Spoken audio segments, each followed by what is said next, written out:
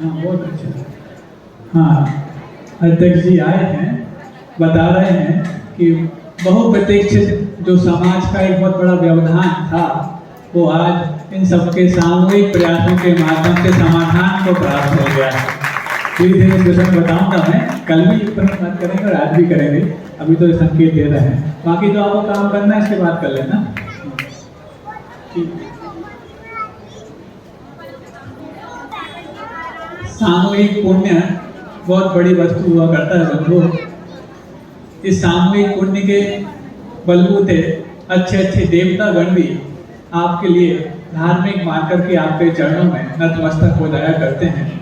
आज इस पुण्य कार्य के लिए कई लोगों ने अपना योगदान दिया। महिला परिषद ने अलग से एक विधान किया, मुनिराजों ने, शुल्लक महाराजों ने, ब्रह्मचारियों ने अलग से मालाएं जाप की, और साथ में कई सारे साधकों ने जो श्रेष्ठी के रूप में थे वहां पर जाकर के सबका उत्साह वर्धन किया। इसके अलावा और सबकी जो भावनाएं अंदर अंदर और उन्नत हो गई थी, उन सबका सामूहिक आज प्रतिफल सामने आया कि वर्षों से प्रतीक्षित जो कार्य, जो समाज में एक दूसरे के ऊपर आरोप प्रत्यारोप चलते थे और वो वहां तक पहुंच गए थे जहां नहीं पहुंचना चाहिए था, आज वहां जाकर के सबने अपने आरोप प्रत्यारोप वापस ले लिए।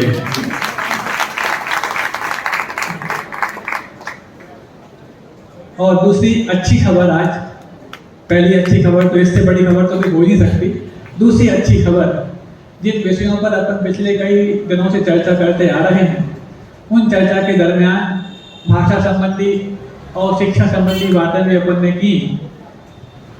कल ही भारत के प्रधानमंत्री मोदी जी ने जो नई शिक्षा नीति के तहत पिछले कई वर्षों से कार्य करने का प्रयास कर रहे थे और नई शिक्षा नीति लागू भी करने का प्रयास कर रहे हैं, उसके तहत उन्होंने भारतीय शिक्षा बोर्ड का गठन कर दिया है, जो अब भारतीयता को और आगे बढ़ाने में मील का पत्थर साबित होगा। और सबसे बड़ी बात ये कि जो मैकॉले मेथड 1835 से हमारे ऊपर थोपा गया था, इसके बारे में पिछले कई दिनों से अपन चर्चा करते आ रहे हैं, उस मैकॉले मेथड का भी पटाक्षेप हो गया। ये कैसे संभव हो पाया? कल ही मोक्ष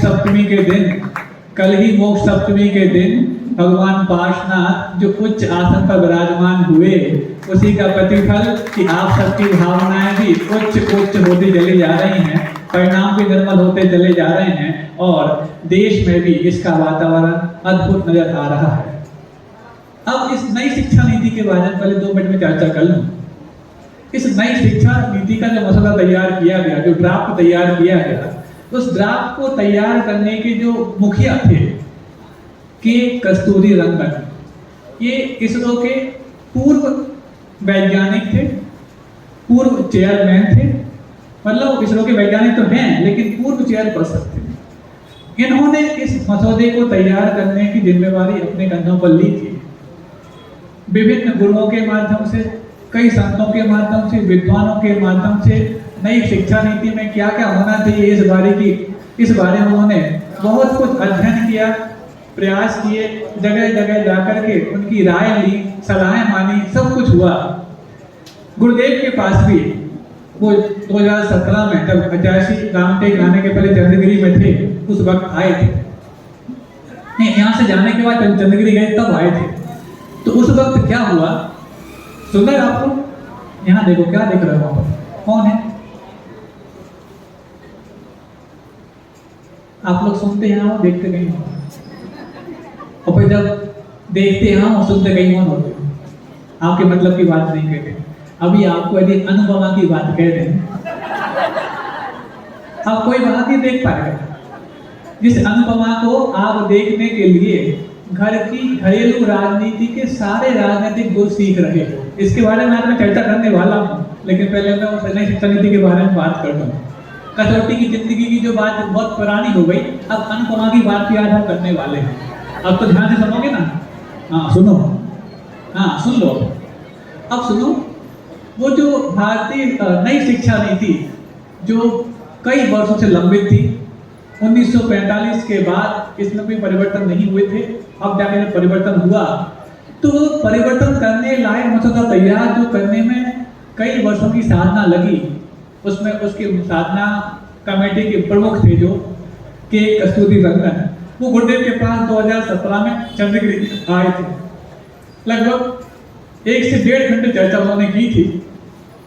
कई विषयों पर चर्चा जब गुरुदेव से करते वक्त गुरुदेव की उन्होंने उन सब सिद्धांतों को, उन सब रायों को अपने जीवन में अपने कानों से सुना, तो वो आए तो थे नई शिक्षा नीति के बारे में राय मांगने के लिए, लेकिन खुद के लिए भी जीवन में राय पाने लायक उन्होंने गुरुदेव को पाकर के अपने आप को इतना गौरवान्वित महसूस किया कि उस 1-1.5 घंटे की चर्चा में कई बार उन्होंने अपने आंसू बहाए। अब सोचो, जो पूरे भारत वर्ष की शिक्षा नीति तैयार कर रहा हो, वो गुरुदेव के सिद्धांतों, गुरुदेव के जो प्रकल्प हैं उनके बारे में जान करके अपने आप को जब स्वयं इसरो का चेयरपर्सन माना जाता है, इसरो का साइंटिस्ट माना जाता है। इसरो समझते हो आप लोग, जो भारत का उपग्रह को प्रक्षेपण करने वाला केंद्र है इसरो, ISSRO, उसका जो चेयरपर्सन मतलब उसका अध्यक्ष जो माना जाता है, वो गुरुदेव के पास जब सलाह मांगने आए कि नई शिक्षा नीति में क्या होना चाहिए, तो गुरुदेव की उन रायों को सुनकर के उन्होंने कई बार अपने आंसू बहाए कि हम तो इस चीज को सोच भी नहीं पा रहे थे। और जब कई संतों की और कई विद्वानों की और कई और जो प्रशासन शासन में रहने वाले पदासीस हैं, उनकी रायों को सुनकर के जब उन्होंने वो मसौदा तैयार किया, वो जो ड्राफ्ट तैयार किया, उस ड्राफ्ट को तैयार करने में कितने लोगों का परामर्श, कितने लोगों की राय, कितने लोगों की सलाह शामिल है, तो आपको जानकर के गौरव होगा। जब उन सलाहकारों के नाम आए, तो संतों में सर्वश्रेष्ठ किसी व्यक्ति का नाम आया तो आचार्य गुरुवर विद्यासागर जी महाराज का आया। उसी शिक्षा नीति के तहत जब कल भारतीय शिक्षा बोर्ड का गठन हुआ है, तो इसमें भी हमारे लिए गौरव की बात है कि जिस शिक्षा नीति को तैयार कराने में गुरुदेव की अमूल्य सलाह उसमें शामिल की गई है, उनकी राय शामिल की गई, उनके हितोपदेश शामिल किए गए, उनके संकेत शामिल किए गए हैं। उसके तहत जब भारतीय शिक्षा बोर्ड का गठन हो गया है, तो अब मैकाले को भारत से जाए हुए तो बहुत समय हो गया, लेकिन जो मैकाले पद्धति हमारे ऊपर थोप दी गई थी, अब उसके भी दिन लगने वाले हैं और अब आपके बच्चों पर लगा हुआ बस्ते का बोझ भी कम होने वाला है और उनके बोध को जागृत होने की शुरुआत होने वाली है। देखो, जिन विषयों पर गुरुदेव चर्चा करते हैं, जिन विषयों के बारे में गुरुदेव संकेत करते हैं, यदि उन चर्चाओं को भी हम चर्चा का विषय बनाते हैं, तो उसका प्रभाव भी भारतवर्ष में पड़ने लग जाता है। ये आप सबके सामूहिक मानस और सामूहिक पुण्य का प्रभाव है कि देश में ऐसे आमूलचूल परिवर्तन होने लग गए। अब अपन कल बात कर रहे थे कि परवरिश कैसे की जाए। उसी परवरिश की दिशा में जब शिक्षा की बात आती है, तो शिक्षा के बारे में तो इतना बड़ा परिवर्तन हो ही रहा है, होने वाला है। अब वो परवरिश की बात जब आई, तो आपके बच्चे कल से आज तक सोए हुए हैं, क्योंकि कल अपन ने सोने की बात की थी। आज अपन सोने की बात करते हैं। एक सोने का मतलब स्लीपिंग और एक सोने का मतलब बोल्ड। अब जब सोने के बाद जब उठते हैं, तो कब उठें, कब उठें? क्योंकि अपन ने तो कल समझ लिया था कि 9 से 12 बजे तक का जो समय होता है रात का, उस 9 से 12 बजे के समय में प्रति घंटे 3 घंटे की थकान आप पूरी कर रहे होते हो, यानी 3 घंटे में 9 घंटे का थकान पूरा कर लेते हो। 12 से 2 के बीच में प्रति घंटे 1.5 घंटे की, यानी कि 2 घंटे में 3 घंटे की थकान आप उतार सकते हो। रात की बात है, दिन की बात नहीं, ये तो रात दिन में सोने लग जाओ आप। और रात को 2 से 4 के बीच में प्रति घंटे 1 घंटे की, यानी 2 घंटे में 2 घंटे की थकान पूरी कर सकते हो। और फिर 4 बजे के बाद यदि आप सोए हुए हो, तो फिर प्रति घंटे 40-45 मिनट की, यानी कि 15 से 20 मिनट की रेट से आप थक रहे होते हो, ना कि थकान मिटा रहे हो। कल भी बताया था कि जैसे आप रात को 2 बजे सो रहे हैं और 10 घंटे भी सो लेंगे, तो आपको थकान बढ़ी हुई मिलेगी, क्योंकि आपने वो सारे नेगेटिव आवर्स इस्तेमाल किए हैं जिनमें थकान बढ़ती है, ना कि घटती है। ऐसा लगता है समय अभी तोड़ दिया गया, निचोड़ दिया गया, ऐसा लगता है कि लगता। और जिस समय आप 9 बजे सो गए हैं, गर्मी में 10 बजे भी मान सकते हैं, ठंडी में 9, और इस समय बारिश के समय 9:30, इस समय यदि आप सो गए हैं, तो आपकी 4-5 घंटे में एक बार नींद अवश्य खुलेगी। वो नींद खुलना संकेत दे रहा है कि आपकी थकान पूरी हो चुकी है। अब आप चाहो तो सो रहो, आप चाहो तो उठ जाओ, लेकिन आपके पास कुछ लक्ष्य है, तब तो आप उठेंगे, नहीं है तो फिर सो जाएंगे और फिर सोएंगे और लंबा सो गए तो फिर आप लेट उठेंगे तो फिर थकान बढ़ी हुई मिलेगी। और ऐसा ना करते, कभी कभार आप जब लेट नाइट काम करते हैं तो फिर आप जल्दी उठना पड़ा तो एक बीच में राउंड ले लेते हैं दोपहर में नींद का। और अब तो दोपहर की नींद की बजाय बच्चों की नींद होने लगी इस समय में 5 से 6 बजे के बीच में, 5 से 7 बजे के बीच में। जो स्कूली बच्चे जो मैकॉले मेथड को आज तक अपने सिर पर होते हुए आ रहे थे, उनका टाइमिंग ही ऐसा रहता है, सुबह 9 बजे से शाम के 3:30-4 बजे तक रहेगा। उसके बाद खाएंगे पिएंगे, उसके बाद क्या करेंगे, सो जाएंगे थोड़ा सा। अब जो व्यक्ति इस समय सोया हुआ है, इसको संधि काल बोला जाता है। संधि काल में तो रोगियों को भी उठने के लिए बोला जाता है। कभी आप लोगों के माता पिताओं ने आपको नहीं उस समय सोने की बात आई हो और झकझोरा हो तो यही कहा होगा, दोनों बिड़ियां जब लग जाती हैं तो सोया नहीं जाता है। मरने वाले व्यक्ति भी जो भी मरणासन्न है, उनको भी उठने की हिदायत दी जाती है कि इस समय तो कम से कम जाग लो, क्योंकि संधि काल, संक्रमण काल हमेशा सोने वाले व्यक्ति के लिए अभिशाप साबित होता है। लेकिन आपकी शिक्षा पद्धति अभी तक ऐसी थी कि उसमें इस समय सोना आपकी मजबूरी बन रही थी। और इस समय यदि सोएंगे तो भी वीकेंड्स में क्या करेंगे, वीकेंड्स में दोपहर में एक घंटे की अथवा आधा घंटे की भी नींद यदि आपने दोपहर में ले ली है तो फिर रात की आपने 2 से 3 घंटे की नींद आगे खिसका दी है। वो यदि खिसका दी है तो आपने वो प्राइम टाइम जो 9 से 12 के बीच का था, जो सबसे ज्यादा रिजल्ट देता था 9 घंटे का, वो आप मिस कर जाएंगे। और वो मिस कर जाएंगे तो फिर आप अपनी थकान जो मिटाने की बात सोचते हैं उसमें आप असफल रहेंगे। अब मान लो गर्मी के समय में 14 घंटे का दिन होता है, होता कि नहीं होता? गर्मी में 14 घंटे का, ठंडी में 14 घंटे की रात होती है और गर्मी में 14 घंटे का दिन होता है। अब कोई व्यक्ति लगातार 14 घंटे परिश्रम करे, मेहनत करे, तो 14 घंटे की थकान मिटाने के लिए 14 घंटे की रात कहां से लाएंगे? रात 10 घंटे की है तो पूरा कैसे करेंगे कि आज की थकान कल पोस्टपोन करेंगे? थकान ना पोस्टपोन होती ना प्रीपोन होती, उसको पूरा कर लो तो ठीक, नहीं है तो उसको साइड इफेक्ट तैयार है। तो फिर क्या करेंगे, यदि इस टाइम का यूज करते हैं 9 से 12 के बीच में कितने घंटे हो गए? 3 के 9 घंटे हो गए। 12 से 2 के बीच में कितने घंटे हो गए? 3 घंटे।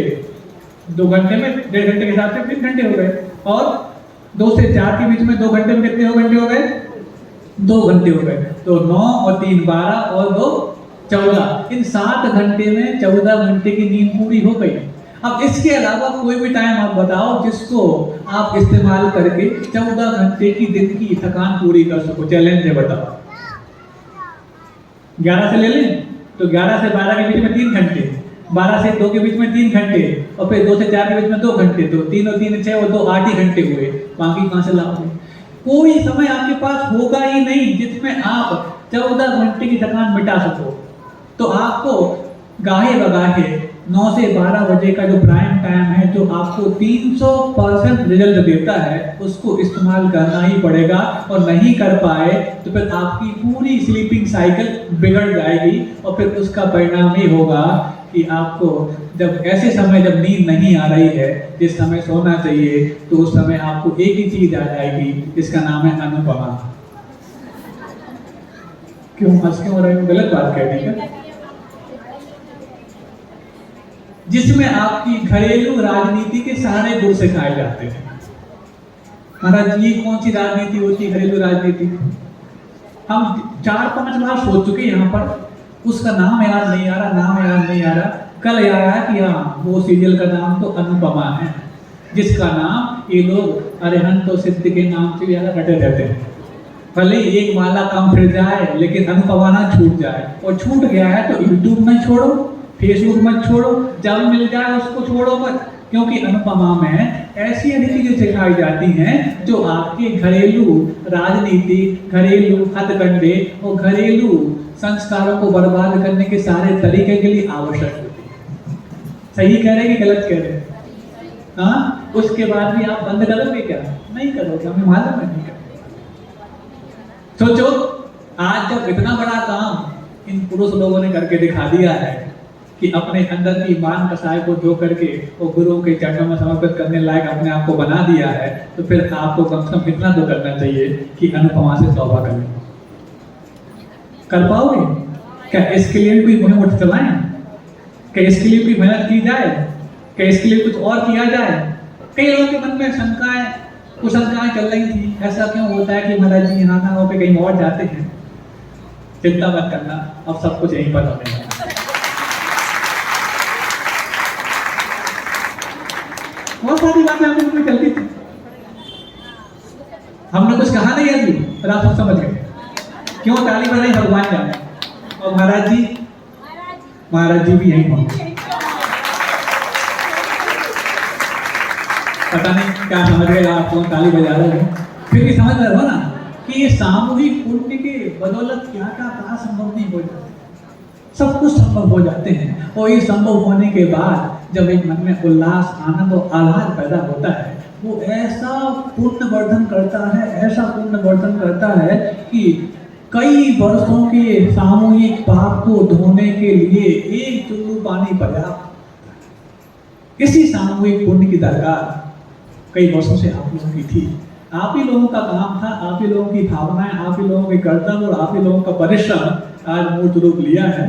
थोड़ी सी और साधन संबंधी कुछ काम रह गए हैं, वो तो हो जाएंगे, कोई बड़ी बात नहीं, लेकिन मुख्य जो आप लोगों करने योग्य काम थे वो तो लगभग पूरे आपने कर लिए। इसके लिए परम पूज्य गुरुदेव से लेकर के और सभी साधुओं का आपको बहुत बहुत बहुत आशीर्वाद। तो अब वो स्लीपिंग की बात चल रही थी, तो एक टाइम ही है जो 9 से 12 के बीच का समय है। ये 9 से 12 का बीच का समय ही सबसे ज्यादा आपको सोने की दृष्टि से लाभप्रद होगा। और यदि आप इसका इस्तेमाल नहीं करते हैं और किसी अन्य समय का इस्तेमाल करते हैं, रात को आप जाग रहे होते हैं और रात को जागने में यदि आप उस टाइमिंग का उपयोग करते हैं जिसमें आप सबसे अच्छे काम करना चाहते हैं, तो उस समय 4 अनफेवरेबल कंडीशंस हैं। पहला तो राक्षस प्रहर चल रहा है, दूसरा रौद्र काल चल रहा है, तीसरा दुनिया के सारे जो अच्छे काम नहीं माने जाते हैं वो सब उस रात की सराउंडिंग में हो रहे हैं जो सारे के सारे नेगेटिविटी तैयार कर रहे हैं, और चौथा दिन भर की थकान भी मौजूद है। और इसकी बजाय यदि सुबह आप उठ जाते हैं तो थकान मिट जाती है, पहला। दूसरा ब्रह्म मुहूर्त प्रारंभ हो गया है, तीसरा मनोहर काल प्रारंभ हो गया है, और सबसे ज्यादा जबरदस्त चीज कि दुनिया के सारे योगी, ध्यानी, तपस्वी, मुनि महाराज जो सामायिक और ध्यान में लीन हो गए हैं, वो सबसे ज्यादा पॉजिटिविटी तैयार कर रहे हैं जो आपके हर अच्छे कार्य के लिए, सपोर्ट के लिए सबसे ज्यादा बेनिफिशियल माने गए। अब एक तरफ चारों नेगेटिव हैं और एक तरफ चारों पॉजिटिव हैं। रात को 2 बजे तक पढ़ने की और जागने की बजाय आप 2 बजे से जागें तो बहुत ही अच्छा हो जाएगा। 2 से नहीं जाग पा रहे तो 4 बजे से जागें, और नहीं जाग पा रहे तो 5 बजे से, लेकिन रात को 9 या 10 बजे के बाद जागना बंद कर दें। कोई आपसे काम नहीं कराया जा रहा, सुलाया जा रहा है। अरे सोने के लिए तो तुम मरते हो तो सो जाओ ना, कौन मना कर रहा है, लेकिन जिस समय मरने का समय उस समय सोने का प्रयास करते हो, यही गलत हो जाता है। तो अब ये यदि आप करते हैं तो कितना बड़ा आपको काम प्राप्त हो जाएगा। फिर आपकी सुबह जब होती है तो सुबह उस स्वास्थ्य के साथ होती है जिस स्वास्थ्य की रक्षा करना प्रत्येक माता पिता का अपने बच्चों की परवरिश करते वक्त आवश्यक निधि होती है। क्यों? सुबह सूर्योदय के बाद से लेकर के वो 4 घंटे तक का समय है, सुनना इस बात को, सूर्योदय के बाद से लेकर के वो 4 घंटे तक का समय है। ये समय ऐसा होता है जिस समय आपकी सबसे ज्यादा जठराग्नि प्रदीप्त होती है। जठराग्नि मतलब आपकी भाषा में बोला जाए तो जो आपकी भूख होती है, अथवा और अच्छे से बोला जाए तो जो आपके लीवर से एंजाइम्स रिलीज होते हैं वो सबसे ज्यादा इसी समय में होते हैं, सूर्योदय के बाद 4 घंटे तक। और एक दूसरा समय होता है सूर्यास्त के 2 घंटे पहले सूर्यास्त तक। ये 6 घंटे हैं जिस समय आपके लीवर से प्रॉपर एंजाइम रिलीज होते हैं जो आपके भोजन को डाइजेस्ट करने में मदद करते हैं। इसी समय हैवी डाइट करना चाहते हो, कर सकते हो, करना चाहिए, लेकिन जब आप रात को लेट सोए हैं, सुबह जल्दी उठ नहीं पाए हैं, तो पक्का है इस समय तो आप खा ही नहीं पाओगे। 9 बजे उठे 10 बजे तक कैसे खा पाओगे आप? और ऐसा नहीं 10 बजे ही खाना, 10 के पहले तक खाना है आपको। अब उसके बाद क्या, थोड़ा बहुत क्या कर लिया, ब्रेकफास्ट कर लिया। अब रात को यदि जाग रहे हो तो क्या आप फास्टिंग कर पाओगे? रात को जागने वाला व्यक्ति क्या रात को उपवास कर सकता है? क्योंकि जितना आप परिश्रम करोगे उतना आपको अवसर लगेगा, अवसर लगेगा तो फास्टिंग तो होगी नहीं, उपवास तो होगा ही नहीं। तो जब फास्ट नहीं किया रात को तो क्या ब्रेकफास्ट करोगे? फास्ट को तोड़ने का नाम ब्रेकफास्ट है। मतलब उपवास और पारना, पारना मतलब ब्रेकफास्ट। अब जिसने रात को उपवास किया होगा तो सुबह पारना करेगा, जो रात भर चढ़ता रहा वो काहेगा फास्टिंग करने वाला, ब्रेकफास्ट करने वाला। तो अब वो कर नहीं पाएगा तो क्या करेगा? ब्रेकफास्ट नाम से किया, फिर उसके बाद दोपहर में लंच करेगा। मतलब जिस समय जठराग्नि मंद हो गई, मतलब तवा जो आपका था वो तवा जब मंदा पड़ गया, ठंडा पड़ गया, उस समय आप ज्यादा डाल रहे हैं तो क्या होगा? कच्चा रह जाएगा। और जिस समय बहुत तेज अग्नि जल रही थी सुबह का समय और वह शाम का समय जो सूर्यास्त के पहले 2 घंटे तक का है, पहले तक का, उस समय बहुत तेज आंच चल रही थी, उस समय आपने कम डाल दिया, सुबह डाल दिए ब्रेकफास्ट के रूप में, शाम को डालते स्नैक्स के रूप में। तो क्या होगा? तेज आंच में कम चीज डालोगे तो क्या होगी? जल जाएगी। और मंदी आंच में ज्यादा चीज रखोगे तो क्या? कच्ची रह जाएगी। आप अपने किसी भी भोजन का पूरा न्यूट्रिशन पोषण ले ही नहीं पाओगे। क्यों? आपके पास उसका समय नहीं है। जब आप ही के पास समय नहीं है तो बच्चों को परवरिश करने के लिए जो हमने कल बात कही थी कि आपको परवरिश कैसे की जा सकती है, उसके गुण कैसे आ सकते हैं? आ ही नहीं पाएंगे। अब बच्चों की टाइमिंग ऐसे हो गए, 9 बजे उनका स्कूल है तो सुबह से 9 बजे से, अब मान लीजिए सुबह से उनका टिफिन तैयार करना पड़ता है। मतलब टिफिन कौन सा वाला? जो उनका हैवी डाइट वाला है, वो अब दोपहर में करेंगे। 9 बजे उनको पूरा खिला के भेजो ना, क्योंकि सूर्योदय से 4 घंटे तक का समय आपको हैवी डाइट करने लायक होता है। उस समय आप थोड़ा बहुत खिला देते हैं, नहीं उस समय अच्छे से खिला के भेजो, उस समय अच्छे से खिला के भेजो। महाराज अच्छे से कैसे खिलाएंगे? फिर हम सुबह से पूरे उसमें किचन में लग जाएंगे, जैसे जैसे रात को हम देख के सोते हैं तो सुबह जाकर के कैसे उठ पाएंगे? वो तो आप लोग आ गए हो, शांति हवा देखना पड़ता है इसलिए आ जाते हैं। महाराज हमारे अनुपमा को इतनी क्रिटिसाइज क्यों करना चाह रहे हैं आप? वो तो बहुत अनुपम है। हाँ, हम भी मानते हैं, जिसकी कोई उपमा नहीं है संस्कारों को बिगाड़ने के रूप में, उसी का नाम अनुपमा है। हाँ, क्या क्या बिगाड़े हैं? तो वही पहले एक बार शादी कर ली, फिर उसके बाद बच्चे भी हो गए, फिर उसके बाद क्या? छोड़ो, फिर दूसरी बार शादी कर ली। कौन ने? श्रीमान जी ने नहीं, श्रीमान जी ने नहीं, श्रीमती जी ने। 3-3, 4-4 बार शादी न्यू नॉर्मल के रूप में अनुपमा सिखाती है, वो इसको आप घरेलू धारावाहिक मानते हो। जो घरेलू व्यवस्था को पूरा का पूरा अतुलनीय ढंग से मिटा डाले, उसका नाम है क्या है? आप लोग बोल रहे वैसा, हमें तो पता नहीं, हमने देखा नहीं कभी। नाम मात्र सुना है, नाम मात्र में आप इतने गदगद हो रहे हो कि हमारा जैसे कोई 40 का नाम लिया जा रहा हो, चाहे सहस नाम का नाम लिया जा रहा हो। मतलब 2-4 बार आपके अनुपमा का नाम ले लिया तो इतने गदगद, सबके चेहरे खिले हुए दिख रहे हैं आज। कल तक दूसरा नाम लिया तो कोई नहीं मुस्कुरा रहा था, आज तो सब बिल्कुल गदगद है। अब पता नहीं क्यों गदगद है, कहाँ गड़बड़ है बीच में पता नहीं। सुनो, तो अब जब बच्चे को फिर स्नैक्स करा दिया, ब्रेकफास्ट करा दिया और दोपहर में लंच करा दिया और रात को डिनर करा दिया। डिनर शब्द जो आपने पढ़ रखा है, किसी ने भी डिनर शब्द की हिंदी किसी डिक्शनरी में देखी? आप क्या मानते हैं? डिनर का मतलब रात्रि भोजन ही मानते हैं ना? सबके पास मोबाइल होंगे ना? अभी नहीं, जब यहाँ से छूटे ना उसके बाद डिक्शनरी खोलना, डिनर का मतलब क्या होता है। तो लिखा आएगा the main meal of the day, either noon और इवनिंग। मतलब दिन का मुख्य भोजन या तो दोपहर का अथवा शाम का। कहीं नहीं लिखा मिलेगा डिनर का मतलब नाइट का भोजन। और आप लोग क्या मानते हो? जो कैंडल लाइट में किया जाने वाला भोजन होता है उसका नाम डिनर होता है। कैंडल लाइट कहाँ जलती है पता है महाराज? कहाँ जलती है? घर में नहीं जलती, रेस्टोरेंट में जलती है। तब तो हम डिनर करने बाहर जाते हैं। जो शब्द डिनर के रूप में जिस भाषा में आपको दिया है, उस भाषा वालों ने भी डिनर को रात्रि भोजन के रूप में स्वीकार नहीं किया था, और हम बेवकूफ होकर के भी डिनर का मतलब रात्रि भोजन मान के आज तक बैठे। क्यों? डिनर यदि शाम तक हो जाएगा तब तो जाके रात को फास्टिंग होगी, और जिसने रात को फास्टिंग की है वही तो ब्रेकफास्ट का मीनिंग प्रॉपर पा पाएगा कि रात की जो उपवास थी उसको आप तोड़ दो, उसका नाम ब्रेकफास्ट है। कहीं उन्होंने भी रात्रि भोजन का समर्थन नहीं किया था जिन्होंने डिनर शब्द दिया है। तो जब रात्रि भोजन का समर्थन ना अंग्रेजी में है, ना हिंदी में है, ना संस्कृत में है, तो फिर काय में है? अनुपमा है। कुछ लोगों को बहुत अंदर से ऐसा लग रहा है कि आज क्यों पीछे पड़ गए महाराज अनुपमा के, लग रहा है ना आपको, है ना? बार बार बोलेंगे तो शायद एक आध व्यक्ति का छूट जाएगा। कितने लोगों का छूट जाएगा? एक का तो नाम है, कम से कम 2, 3, 4, 5 भगवान धीरे धीरे छूटेगा। जल्दी नहीं छूटेगा। नहीं देखते, अच्छा तो नहीं देखते हो तो हाथ ऊंचा करके बता दो, आज के बाद नहीं देखेंगे, इतनी सी तो बात है।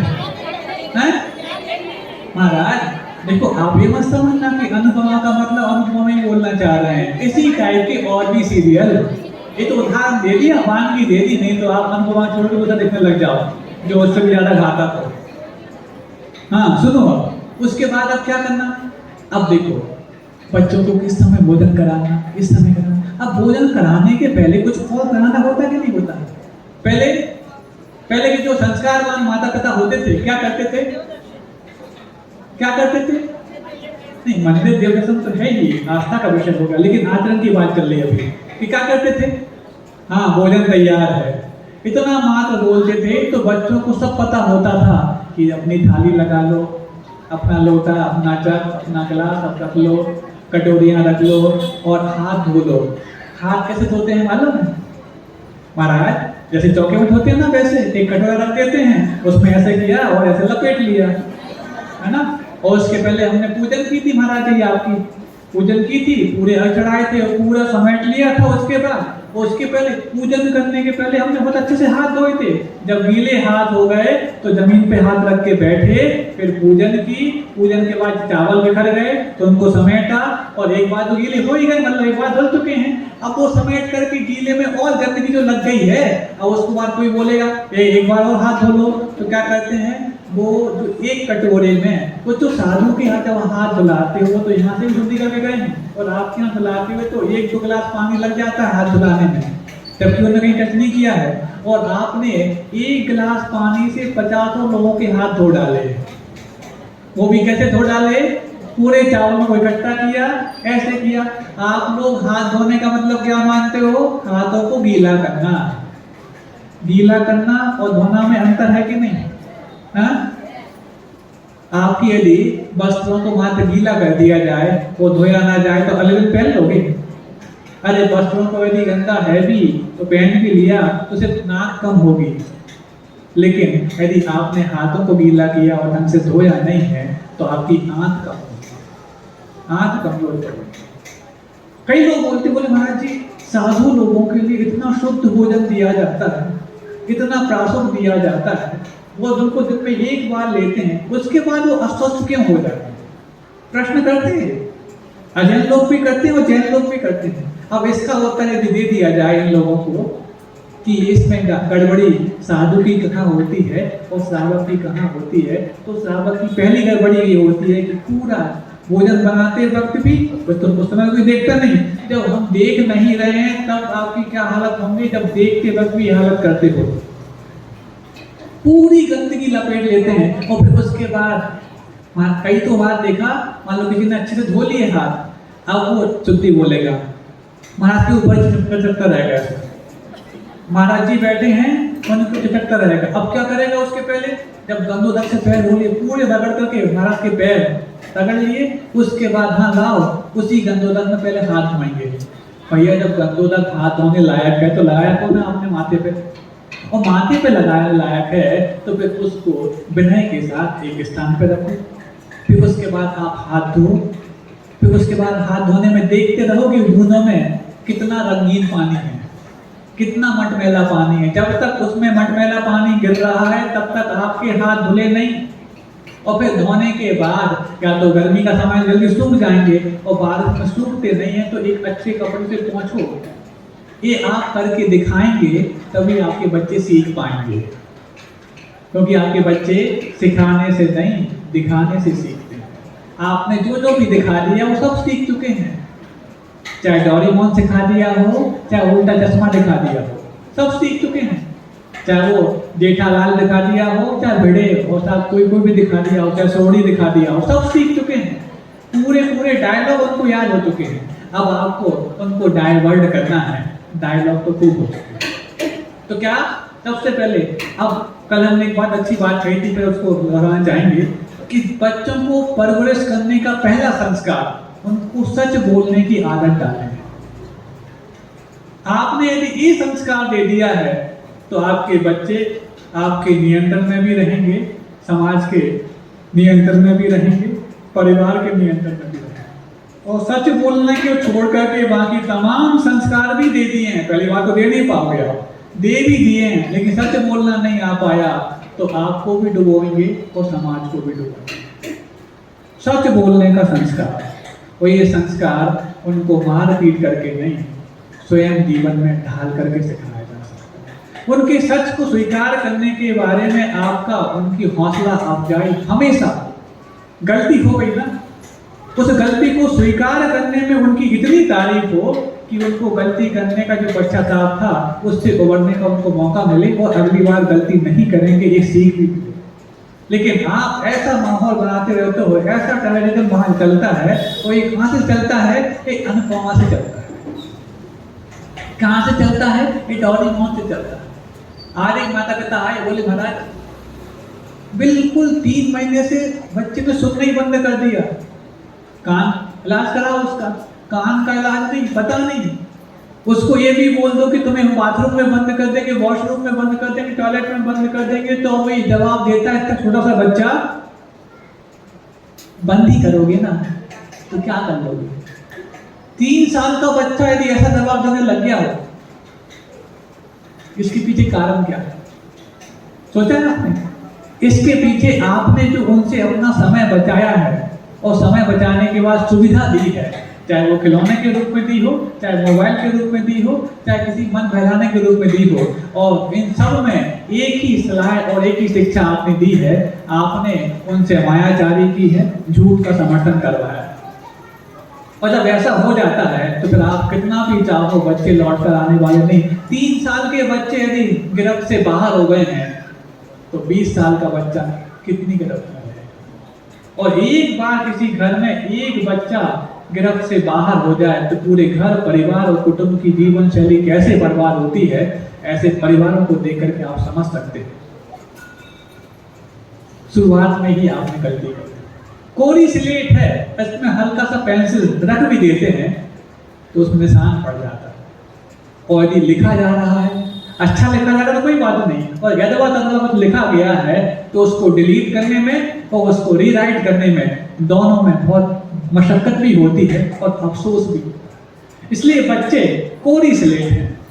आपके माता पिता ने आप लोगों को संस्कारित करने के लिए जो समय दिया, जो मेहनत की, जो कदम उठाए, अब उससे 20 गुने कदम उठाने की आवश्यकता आपको होगी अपने बच्चों को अपने जैसा बनाने के लिए। और यदि आप अपने बच्चों को अपने से अच्छा बनाना चाहते हैं तो उतनी गुनी और बढ़ जाए, क्योंकि माता पिता वो सांचे होते हैं जिनमें उनके बच्चे आकार पाते हैं। लेकिन ध्यान रखना, सांचा पहले आकार पाता है, वस्तु बाद में आकार। किस प्रकार के आकार की अपेक्षा आपको अपने बच्चे से करना है, पहले जब समय रहते हुए सांचे बनना पड़ेगा, और फिर उसके बाद सांचे से निकलने के बाद भी फिनिशिंग और लगती है उसको बहु आकार देने के लिए। और यदि इस मेहनत को बचाना चाहते हैं, सबसे आसान उपाय है परम पूज्य गुरुदेव आचार्य विद्यासागर जी महाराज और उनके संघ का सानिध्य अधिक से अधिक उनको दिलाया जाए, ताकि आपको आकार देने की मेहनत में कमी लाने का उपाय सार्थक हो पाए। ये सभी संभव हो पाएगा। कोई इलाज नहीं, कोई संस्कार वैली पब्लिक स्कूल, कोई कॉन्वेंट स्कूल, कोई भी पब्लिक स्कूल, कोई कुछ नहीं करने वाला। तब तो कल बताया था कि उस झुंझुनू के स्कूल ने अब पेरेंट्स को होमवर्क दिया कि इन गर्मियों की छुट्टियों में आप अपने बच्चों को परिश्रम का महत्व समझाएं। वो होमवर्क क्या कह के दिया? ये कह के दिया कि यदि इस होमवर्क को पेरेंट्स पूरा करते हैं तो इनके नंबर आपके बच्चों की मार्कशीट में दिए जाएंगे। ये काल आ गया है। तो उन्होंने क्या परिश्रम का महत्व समझाएं, आसपास की चीजों से रूबरू कराएं, दादा दादी नाना नानी के पास बैठना सिखाएं। गैजेट्स ने आज सीनियर सिटीजन से बच्चों की दूरियां बढ़ा दी हैं। गैजेट्स, मोबाइल है, लैपटॉप है, टैबलेट्स हैं, पता नहीं, एक टैबलेट वो और एक टैबलेट ये तो टैबलेट उनके जीवन में, और फिर जीवन में लेट होते रहते हैं। अब ये क्यों होगा? क्योंकि मैकॉले मेथड ने और दूसरा फिर ऑनलाइन शिक्षा। हम मानते हैं 2 साल आपके लिए बहुत मजबूरी वाले रहे। जिन चीजों से बच्चों को आप दूर करते थे 2 साल पहले, उन्हीं चीजों को थमा करके आपने उनको शिक्षा दिलवाई है। और इन 2 सालों का खामियाजा कितने वर्षों तक आपको भुगतना पड़ेगा, आप स्वयं देख रहे हैं। तो फिर क्या किया जाए? तो सबसे पहले उनको ये सब चीजें सिखाई जाए। अब हाथ धोना सिखा दिया। हाथ धोने के बाद क्या? हाथ धोने के बाद क्या? हाथ ऐसे नहीं सिर्फ इतना गीला कर दिया, ऐसे भी जैसे कोरोना काल में आपको हाथ धोने के 6 स्टेप बताए गए थे ना, वैसे तो हर घर पे सिखाए जाते थे। उनको वॉशरूम जाना है, टॉयलेट जाना है तो कैसे करना, क्या नहीं करना। अब तो सब रेडीमेड काम है, हाथ का उपयोग होता ही नहीं है। क्या करना क्या नहीं करना, अच्छे घरों में वो हाथ को शंकाली से निवृत्त होने के बाद धोने के पहले पूरे कपड़े पहन लिए जाते हैं। अब उसके बाद कपड़ों में पूरा लगा दिया, छपा दिया, अब हाथ धो रहे हैं। ये कौन सिखाएगा? स्कूल सिखाएगा? हाँ, आपको लग रहा है कि ये सब बातें यहाँ पर क्यों करनी पड़ रही है? क्योंकि अच्छे लोग हम देखते हैं। आपके चौके में जाकर के हम सब समझ आते हैं कि किन किन घरों में क्या क्या चलता रहता है। किसी एक चौके की बात नहीं कर रहे, क्योंकि आपके सारे संस्कार स्कूलों के द्वारा दिए जाएंगे। ऐसी आपने बला टाल दी है बच्चों को। शिक्षा एक कला थी, लेकिन आपने उनको बला मानकर के स्कूल भेज दिया कि इतनी फीस तो जमा कर रहे हैं, सिखाएंगे आपको। वो कौन होने वाले सिखाने वाले? उनके पास खुद सही संस्कार नहीं मिले। इसलिए कहा कि किसी असंयमी से अपने बच्चों में संयम और संस्कार की उम्मीद आप कर सकते हो क्या? तो क्या स्कूल में पढ़ाने वाले सब संयमी हैं क्या? इसीलिए गुरुदेव ने प्रतिभा स्थली को तैयार करने के पहले आपके बच्चों को दाखिला बाद में मिलेगा, पहले जो शिक्षिकाएं दाखिला लेंगी पहले वो संयमी पहले बनेंगे, तब जाकर के आपके बच्चों की सेवा करने के लिए वो आदि गांव के समान व्रतों को पालन करने वाली श्राविका ब्रह्मचारिणियां आपके बच्चों की सेवा के लिए तत्पर हैं। आपके नजदीक रामटेक जैसी प्रतिभा स्थली में और इसके अलावा 4-5 प्रतिभा स्थलियों में और। क्यों? शिक्षक पहले संयमी बने, शिक्षक पहले संस्कारवान बने, तब जाकर के आपके बच्चों को शिक्षा की उम्मीद आप कर सकते हैं। तो ये हाथ धोना सिखा दिया। उसके बाद क्या? थाली परोस ली, सब कुछ कर लिया, पानी भर लिया। ये महाराज कहाँ परोसना पड़ता है? अब तो बॉटल का ढक्कन खोलो और कट करो, और उसके बाद भी कट कहाँ? पहले एक इतना बड़ा लोटा होता था, ये फूट में अंदर कट कर जाते थे, और आज 2 घूंट पानी पीने के बाद ढक्कन बंद करना पड़ता है। प्यास चिल्लाने वाले बच्चे भी 2-3-4 घूंट से ज्यादा पानी नहीं पी पाते। ये बॉटल का जमाना है, ये बॉटल का जमाना है। बॉटल का जमाना है कि बॉटम का जमाना आप ही समझ लो, क्योंकि जो टॉप का जमाना था अब तो चला गया, अब तो बॉटम का जमाना आने वाला है। क्यों? आप 2 घूंट पानी एक साथ क्यों नहीं पी पा रहे? क्योंकि आपकी अपनी प्यास पहचानना आपको आती ही नहीं, आपको अपनी भूख पहचानना आपको आती ही नहीं है। इसलिए बच्चों को जब जल्दी उठाएंगे तो उस समय जब रानी जब प्रदीप हो रही है तभी जाकर के वो समझ पाएंगे कि भूख होता क्या है। अच्छी चीज सामने देख गई तो खाने की इच्छा होगी, इसका नाम भूख नहीं है। भूख तो वो होती है रूखी रोटी को भी खाने में मचल जाए। भूख तो वो होती है जब थाली में रोटी खत्म हो जाए तो बर्तन भी खाने के मजबूर हो जाए, उसका नाम भूख है। क्या ऐसी भूख कभी लगी आप लोगों को? लगी नहीं सकती, क्योंकि जिस समय आप खाते हो उस समय वो भूख लगने का समय होता ही नहीं, और जिस समय भूख लगने का समय होता है या तो उस समय आप सोए रहते हो या फिर ब्रेकफास्ट पटक देते हो। और फिर आप उम्मीद कर रहे हो कि हमारे बच्चे बड़े होकर के कम से कम जब बुढ़े हम हो जाएंगे तो हमारी भूख प्यास मिटाएंगे। क्या मिटाएंगे? सब मिटा के रख दिया उन्होंने तो। फिर उसके बाद क्या? अब हाथ धो लिया, सामने चीज आ गई, कौन सी चीज कौन सी तरह रखनी है ये भी सिखाया जाता था। क्या? नमक है रखना है, मान लो थाली में नमक है, चटनी है तो बाएं तरफ रखना। क्यों रखना? इसके पीछे मनोवैज्ञानिक कारण था। क्यों? क्योंकि यदि बच्चा भूखा है तब तो ठीक है, सीधा सीधा ध्यान देगा दाल रोटी सब्जी पर। और यदि बच्चा भूखा नहीं है तो फिर चटपट पर ध्यान देगा, नमक पर, मिर्ची पर, चटनी पर ध्यान देगा। और यदि सीधे हाथ से खाने वाला बच्चा और सीधे तरफ यदि उसको ये चीज मिल गई तो सबसे ज्यादा ध्यान देगा चटनी पर, तो उसको अपनी भूख की परीक्षा कभी नहीं हो पाएगी। यदि वो बाएं तरफ रखी है तो दाएं हाथ को बाएं तरफ की चीज उठाने में मशक्कत ज्यादा करनी पड़ती है। तो जो 4 बार उठाता वो 1 बार उठाएगा, है तो उसी के लिए, लेकिन बार बार मांगने की बात नहीं। ये जब चीजें सिखाई जाती थी, क्या सिखाते हो? क्या थाली में कौन सी चीज कहां परोसनी चाहिए आपको आता है? महाराज हमें ये नहीं आता, बच्चों को क्या सिखाएंगे? इसलिए जो चीज स्वास्थ्यप्रद नहीं है, मात्र स्वादप्रद है, उसको हमेशा नेगेटिव साइड रखो, और जो चीज स्वास्थ्यप्रद है उसको हमेशा पॉजिटिव साइड रखो। यदि मान लो दाएं हाथ से खाना खाता है तो वही बाएं से खाने वालों की अब्बाल हो गया, वो अलग बात है, उसको वही रिटर्न तो कोई बात नहीं। तो ये जो चीजें सिखाई जाती थी, कितने पुण्य की बात है कि आपके घर गृहस्थी की और बच्चों को खिलाने पिलाने की बात भी आपको साधु से सीखनी पड़ी, है कि नहीं पुण्य की बात? लेकिन पुण्य की बात तो है, लेकिन आपकी पुरुषार्थ की कमी भी बताई जा रही है कि आप इन चीजों में कितने गैर लापरवाह, गैर परवाह है। अब इतना हो गया, फिर उसके बाद क्या? अब तो मतलब कहना चाहिए जो एक नमक की मात्रा तय की जाती थी पहले विज्ञान के माध्यम से, उससे कई गुना नमक आप खाते थे। क्यों? आपका जो नमक डालने का हाथ है ना, वो थोड़ा ज्यादा खुलता है। दान देने के हाथ से भी नमक डालने का हाथ ज्यादा खुलने लग गया है।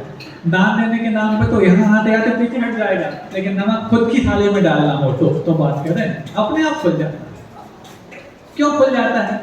क्योंकि आपको जिह्वा इंद्री के प्रति लालसा ने इतना लापरवाह बना दिया है कि भूख और प्यास को पहचानना तो बहुत दूर की बात है, आपको किसी प्रकार से उस चीज के महत्व के बारे में अंदेशा नहीं।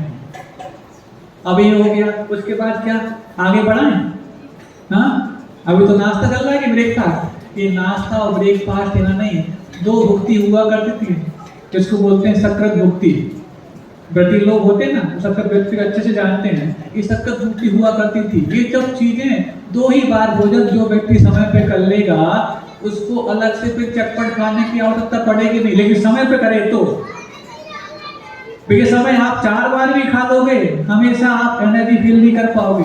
और यदि समय पर आपने 2 बार भी खा लिया, जब एक बार समय पर खाया हुआ साधु 24 घंटे एनर्जाइज रहता है, अंतराय हो जाए तो 48 घंटे रहता है, और हो जाए तो फिर 72 घंटे रहता है, और आप दिन में 72 बार खाने के बाद भी यही मांग करते हुए कमजोरी लग रही है। क्यों? बेसमय आप खा रहे हो। अच्छी चीज भी बेसमय खाओगे तो उसकी एनर्जी आपको नहीं मिल पाएगी, क्योंकि हमारा खाया हुआ भोजन 7 स्टेप पार करता है। क्या? सबसे पहले रस बनता है, फिर रुधिर बनता है, फिर मांस बनता है, फिर मेद बनता है, फिर अस्थि बनता है, फिर मज्जा बनता है, फिर शुक्र बनता है। तो लास्ट वन का नाम है एनर्जी। यदि हम अपने भोजन से एनर्जी लेना चाहते हैं तो हमारा भोजन 7 स्टेप पार करे, और भोजन 7 स्टेप पार तब कर पाएगा जब भोजन को उतनी जठराग्नि मिले, यानी उतने एंजाइम्स मिले। अब कुछ लोग होते हैं कितना भी खाएं तो उबले पतले रहते हैं, होता कि नहीं होता? और कुछ लोग होते हैं कुछ भी ना, सिर्फ मात्र 1 रोटी भी खाते हैं तो फूलते जाते हैं। ऐसा क्यों होता है? क्योंकि ये दोनों ही स्वास्थ्य नहीं माने जाते हैं। जिस समय जठराग्नि इतनी प्रदीप्त हो रही है कि आपके भोजन रस रुधिर इतने तक बढ़ पा रहा है, आगे नहीं बढ़ पा रहा है, तो कितना भी खाओगे तो उबले पतले ही रहोगे। और जिस समय जठराग्नि इतनी रहती कि रस रुधिर मांस और मेद यानी फैट तक बढ़ पाता और आगे यात्रा नहीं कर पाता, तो आप 1 रोटी भी खाओगे तो फूलते जाओगे, क्योंकि आपका भोजन 7वें स्टेप तक पहुंच ही नहीं पा रहा, क्योंकि उसको इतनी अग्नि अंदर मिल ही नहीं पा रही। और यदि आप इस समय जो प्रॉपर टाइम है उस समय खाते हैं तो पूरा भोजन लास्ट वन एनर्जी तक पहुंचता है, तो फिर आपका एक बार का खाया हुआ 24 घंटे एनर्जाइज आपको रख सकता है। ये विज्ञान है, और इस विज्ञान को जिसने पालन किया है उसको फिर स्वास्थ्य भी ठीक रहता है। मेडिकल होने के बावजूद भी मेडिकल स्टोर तक नहीं जाना पड़ता है, नहीं है तो बेचते रहो, बच्चों को बेचते। ये सब कौन सिखाएगा? स्कूल सिखाएंगे, ये आप सिखाएंगे, और पहले आप स्वयं पालन करेंगे तब सीख पाएंगे, और पालन तभी कर पाएंगे। इन चीजों को समय देना आप अपनी पूंजी मानेंगे। ये पूंजी है, ये चेतन धन है। उस धन को तो जो आप कमाने का प्रयास कर रहे हो, चाहे पुरुष लोग हो चाहे महिलाएं हो, उस धन को कमाने का प्रयास आप तो दिन भर करते रहते हो, दिन रात करते रहते हो। जो धन कभी भी छापा पड़ जाए तो यहाँ से वहाँ, जीएसटी लग जाए तो यहाँ से वहाँ, कुछ और हो जाए तो यहाँ से वहाँ हो जाता है। लेकिन जो धन आपने अपने मेहनत और पुरुषार्थ से पाया है, उस पुरुषार्थ से पाए हुए धन के बारे में कोई आपकी रुचि नहीं है। जिसको बोलते हैं चेतन धन। जिस संतान को चेतन धन माना गया है उसकी सुरक्षा कितनी करते हो बताओ। उस अचेतन धन की सुरक्षा के लिए दिन रात लगे रहते हो, लेकिन संतान की सुरक्षा, संतान की परवरिश, संतान की सुरक्षा मात्र आपकी संतान की सुरक्षा नहीं है, आपकी समाज की सुरक्षा है, आपके धर्म की सुरक्षा है। क्योंकि न धर्मो धार्मिक है, धार्मिक के बगैर धर्म कुछ नहीं हुआ था। और धार्मिक आपके बच्चे तब बन पाएंगे जब उनको शुरुआत में संस्कार घर में दिए जाएं तो। और संस्कार बहुत सारे हैं, अभी तो अपन उनके भोजन पानी तक पहुंचे हैं। अभी सुबह हुई है, दोपहर, शाम और रात बाकी है। अहिंसा परमो धर्म की, बोधि समाधि परिणाम शुद्धि, स्वात्मोपलब्धि शिक्षा की सिद्धि, चिंतामणि चिंतित वस्तु दाने, त्वां वंदे मानस्य नमास्तु देवी। महाराज जी, संकल्प से सिद्धि, द लॉ ऑफ अट्रैक्शन, ये काम कैसे करता है? जो हम सोचें और दिन पर उस बारे में सोचें, उसकी कल्पना करें तो क्या वो काम पूरा होता है? हाँ होता है। इसके बारे में हमारे आगम में भी बहुत अच्छा विषय है, हम कल ले लेंगे या याद रहेगा तो बात ले लेंगे।